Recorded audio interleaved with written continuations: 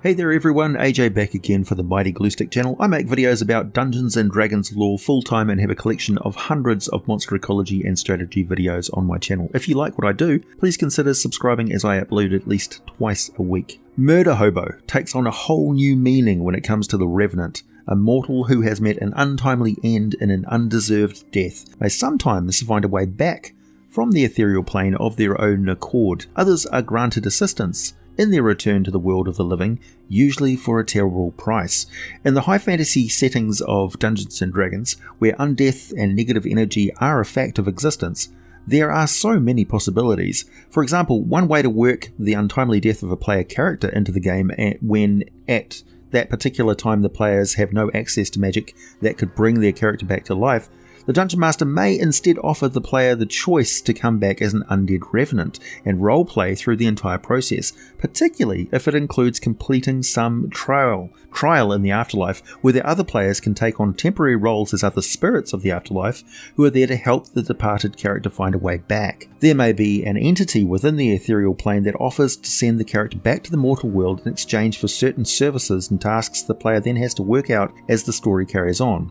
There are loads of possibilities, as I said. In order to play a Revenant, there is an Unearthed Arcana playtest article that I have provided a link to in the video description below, which has the semi-official 5th edition version of a playable Revenant build. It's quite simple to create a Revenant version of a previously alive character, and I've never seen that not be a really rich role-playing experience. That's super cool. As non-player characters, Revenants can be good or bad, tragic or monstrous, depending on the one's point of view. An undead creature hell-bent on getting revenge against those who wronged them in their previous lives, they're driven with a supernatural compulsion in the same sort of magnitude as a vampire's thirst for blood, a mummy's drive to destroy defilers, or a skeleton or zombie's drive to just murder the living.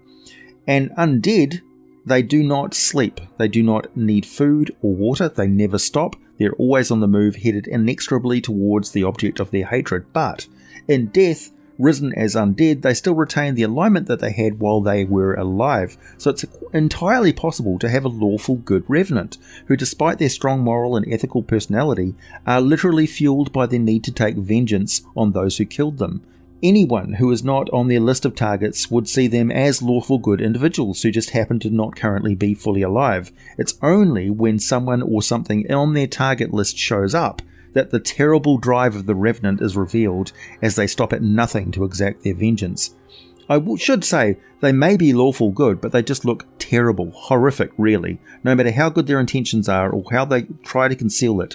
Short of a magical illusion or some amazing disguise skills, they are unmistakably walking dead.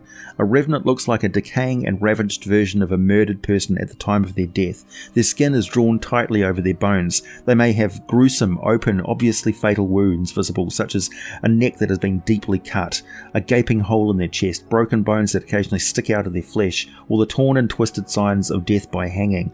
They will be infested, they will be rotting, they are dead, their corpses. They have dull and lifeless eyes that may be a bit cloudy, look dry, and they will smell like a corpse. If they simply lay down on the ground and don't move, there's no way that you can tell they're not an actual corpse. That is until they get up and start moving around. The majority of the time, they look like a zombie with an unusual spark of intelligence that makes them very lifelike.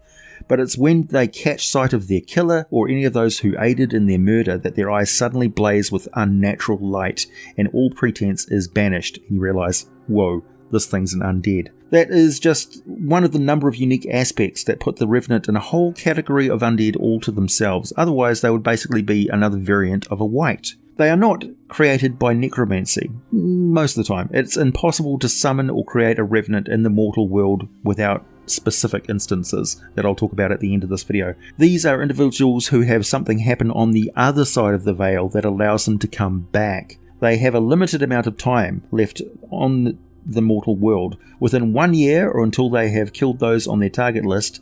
After that time, or the completion of the task, they simply crumble to dust and depart into the ethereal plane or whatever afterlife they're destined for. A Revenant possesses most of the abilities it had in life, including weapon use and magical abilities. Even clerical powers may remain intact, with a few modifications. They will lose any familiar they had in their life as a spellcaster. Any powers that they had used or channeled positive energy with is reversed to channel negative energy instead. Clerics no longer turn the undead, they rebuke them and can command them to leave. I think it'd be a nice twist that a monstrous revenant may learn to command the undead to act as minions. They're not intelligent types, just zombies and skeletons and such, so that could be useful. Clerics can still pray for spells, but this must be now done at midnight. They recognise people they knew in life as revenants, but they're not interested in spending time with them, conversing, or really any activity that is not involved in some way with tracking down and killing those who killed it, and those who helped them do it. It's like all the other emotions that they had have been drained away, and instead the only thing they can feel is the rage at those who they hunt. They are distracted constantly by their desperate fury. While they are working towards their revenge, they constantly regenerate any damage they take along the way, but as soon as their mission is complete, they crumble to dust as mentioned. If they are unable to take their revenge, but as before the year is over, they slowly decay, and after 6 months at the most, they will no longer be able to hold themselves together on the mortal plane and simply crumble to dust and depart, but they'll decay along the way to the point that they're really wretched. If we look at the current listing for the 5th edition in D&D, they are challenge rating 5, designed to be a solo encounter, which means a group of player characters of around level 5 who will get into a fight with one of these things are facing a moderately challenging threat.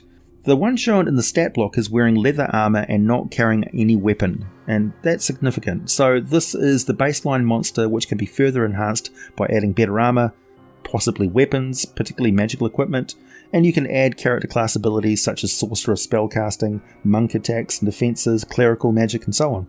So leather armor class is 13 and a medium humanoid speed of 30 feet per round. They have a lot of hit points, 16d8 plus 64, all between 80 and 192 with an average of 136 hit points, and they have impressive regeneration ability. The Revenant regains 10 hit points at the start of each turn. If the Revenant takes fire or radiant damage, this trait doesn't function at the start of the Revenant's next turn. Interesting that they missed out acid on this one. The Revenant's body is destroyed only if it starts its turn with 0 hit points and doesn't regenerate. On top of that, even if they are destroyed, their soul does not travel over into the afterlife and it just bounces back, infused with enough negative energy to find, infest, and reanimate another corpse to serve as its new body. This only takes the Revenant 24 hours to complete, and they return at full strength, having the same amount of hit points and all of their other powers.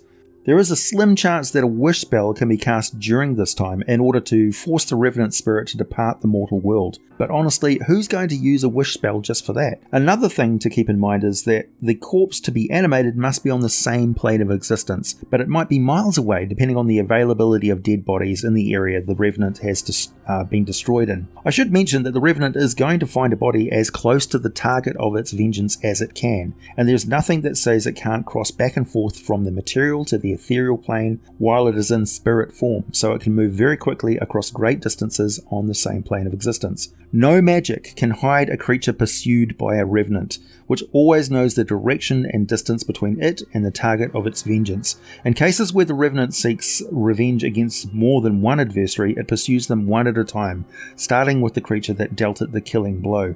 In previous articles on them, there was a limitation that it can only track the target on the plane of existence the Revenant is on, but this is no longer the case. So even skipping off to another plane will not throw the Revenant off the scent, and they will be able to tell if the target is sitting inside Mordenkainen's magnificent mansion or the extra-dimensional space of a rope trick spell. Also, the Revenant can instantly tell if the target has died, and if it has any frustration at not being the one to kill them, it doesn't display it at all.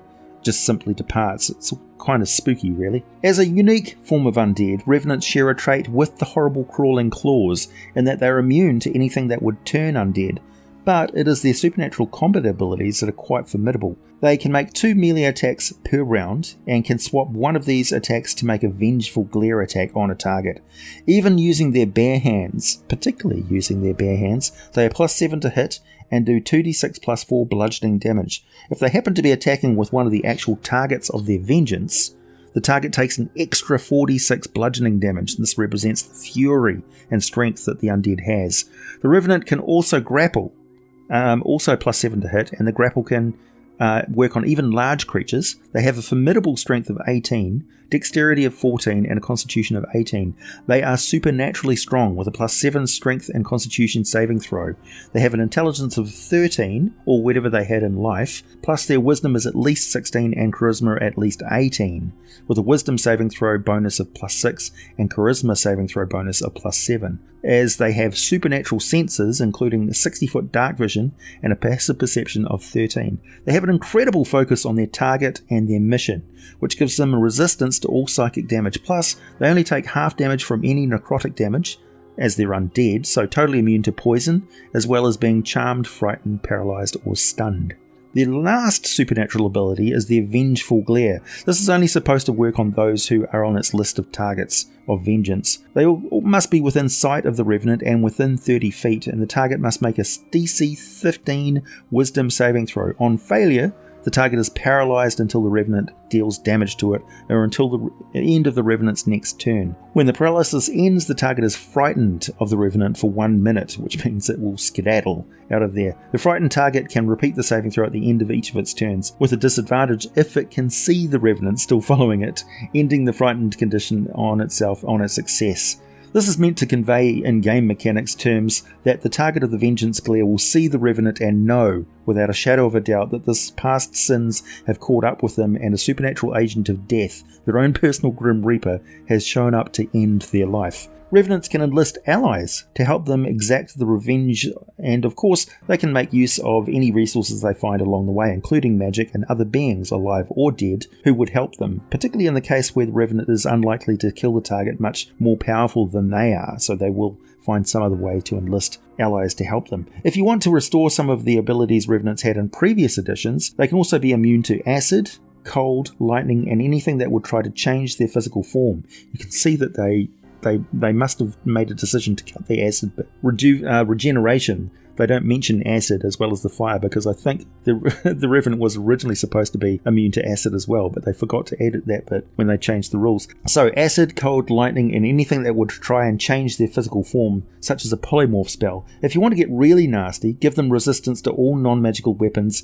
and damage types. This was something they had in previous editions, but be prepared to adjust that on the fly during the encounter in case it's too powerful. For example, tell the players that there's some sort of necrotic blood that the Revenant has, which is the source of the damage reduction, and if the fight is dragging out too much or it looks likely to be too hard for the player character to survive, tell them that the blood has drained away or been spent and the attacks now do normal damage. You never know, the players might come up with some innovative idea to drain the blood out of the Revenant during combat, which you hadn't been expected, in which case, let them do it. The Monstrous Compendium of Faerun states that Revenants have an aura of sadness, anger, and determination, and that the form of their bludgeoning bare hand attacks is actually strangulation, which is why 5th edition states that the damage can be exchanged for a grapple instead. The rules for strangulation in 5th edition are covered by choking on page 183 of the player's handbook, and it's important that you understand choking is not the same as holding one's breath. Getting choked is a lot more serious. So it states, once choking begins, the character can survive for a number of rounds equal to its constitution modifier, with a minimum of 1 round. That's it. On the start of their next turn, they then immediately drop to 0 hit points and are dying. If you want to ease up on this a lot, because players will absolutely start to use choking grapples in combat as soon as they learn they can do this, and they can, I'm not making this up. Just make it like the attack of a monster called a choker, where the choking requires a critical hit with the grapple attack.